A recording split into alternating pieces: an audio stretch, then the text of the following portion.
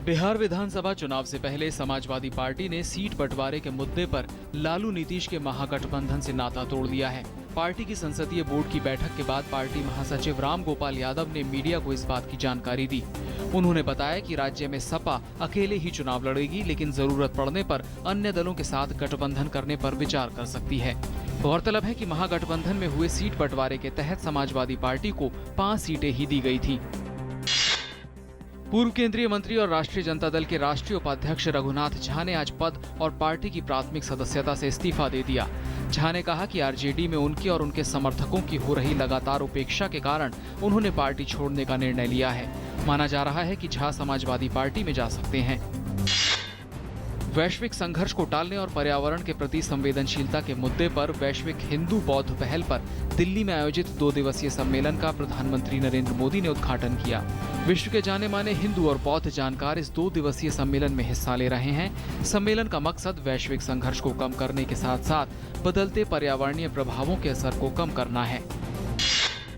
वैश्विक हिंदू बौद्ध सम्मेलन में बोलते हुए प्रधानमंत्री मोदी ने कहा कि महात्मा बुद्ध ने दुनिया को शांति का संदेश दिया और उनके संदेशों को अपनाने की जरूरत है।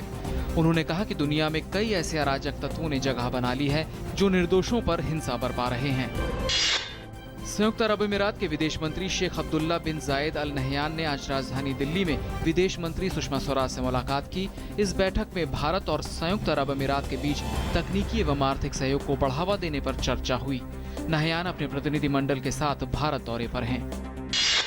जम्मू कश्मीर क्रिकेट एसोसिएशन में हुए 113 करोड़ रुपए के घोटाले के मामले में जम्मू कश्मीर हाई कोर्ट ने गुरुवार को सीबीआई जांच के आदेश दिए। इस मामले में राज्य के पूर्व सीएम और नेशनल कॉन्फ्रेंस के अध्यक्ष फारूक अब्दुल्ला भी एक आरोपी हैं। कोर्ट ने सीबीआई को जांच पूरी करने के लिए 6 महीने का वक्त दिया है। शीना बोरा हत्या मामले की आरोपी इंद्राणी मुखर्जी के पति पीटर मुखर्जी से आज फिर पूछताछ की गई। मामले के सिलसिले में कल देर रात तक करीब 12 घंटे पीटर से पूछताछ हुई थी और आज सुबह वह खार थाने पहुंचे। 2 घंटे बाद इंद्राणी को भी थाने लाया गया। एक वरिष्ठ अधिकारी ने बताया कि पीटर और इंद्राणी को आमने सामने लाया जाएगा ताकि 3 वर्ष पुरानी हत्या की गुत्थी सुलझाई जा सके।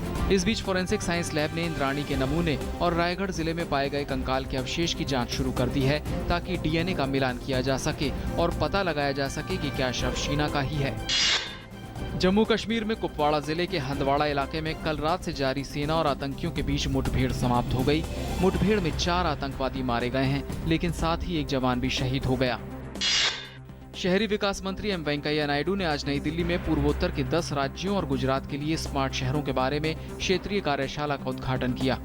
इस अवसर पर उन्होंने कहा कि केंद्र सरकार राज्यों और शहरों के स्थानीय निकायों को अगले 5 से 6 साल के लिए 3 लाख करोड़ रुपए से अधिक की सहायता देने को वचनबद्ध है। राष्ट्रपति प्रणब मुखर्जी ने दुनिया में ब्रांड इंडिया इंजीनियरिंग को बढ़ावा देने की जरूरत पर बल देते हुए कहा है कि इस क्षेत्र में गुणवत्ता बढ़ाने के लिए जरूरी बुनियादी ढांचे पर ध्यान दिया जाना चाहिए। नई दिल्ली में इंजीनियरिंग इंडिया प्रमोशन काउंसिल की हीरक जयंती के अवसर पर उन्होंने भारतीय इंजीनियरिंग की गुणवत्ता बढ़ाने पर जोर दिया। लगातार हो रही बारिश के चलते असम में बाढ़ की स्थिति गंभीर बनी हुई है। राज्य के 19 जिलों में बाढ़ की स्थिति गंभीर बनी हुई है। बाढ़ से लगभग 12,40,000 से ज्यादा लोग प्रभावित हैं। राज्य में सड़क संपर्क बुरी तरह प्रभावित हुआ है। सेना और एनडीआरएफ और दूसरी एजेंसियां राहत व बचाव कार्यों में लगी हुई हैं। लगातार 3 दिनों की गिरावट के बाद आज बाजार में तेजी का माहौल रहा। सेंसेक्स 311 अंकों की बढ़त के साथ 25,765 के स्तर पर बंद हुआ। वहीं निफ्टी 106 अंकों की मजबूती के साथ 7,823 के स्तर पर बंद हुआ। दिन भर के कारोबार के दौरान realty, metal, capital goods, banking, power, auto और ऑयल एंड गैस शेयरों में तेजी नजर आई। वहीं फार्मा शेयरों में दबाव दिखा। मलेशिया के तट पर आज एक नौका डूबने से कम 14 प्रवासियों की मौत हो गई। नौका में करीब 100 लोग सवार थे। नाव डूबने के घंटों बाद भी बचावकर्मी लापता इंडोनेशियाई नागरिकों की खोज में लगे हुए हैं। स्थानीय मछुआरों ने 15 लोगों को बचा लिया है। चीनी राष्ट्रपति शी चिनफिंग ने आज घोषणा की है कि 23 लाख सैनिकों वाली विश्व की सबसे बड़ी सेना पीपल्स लिबरेशन आर्मी में से 3 लाख सैनिक कम किए जाएंगे। शी ने यह घोषणा दूसरे विश्व युद्ध में जापान के खिलाफ हासिल की गई जीत की 70वीं वर्षगांठ के अवसर पर आयोजित परेड में संबोधन के दौरान की। भारतीय फुटबॉल टीम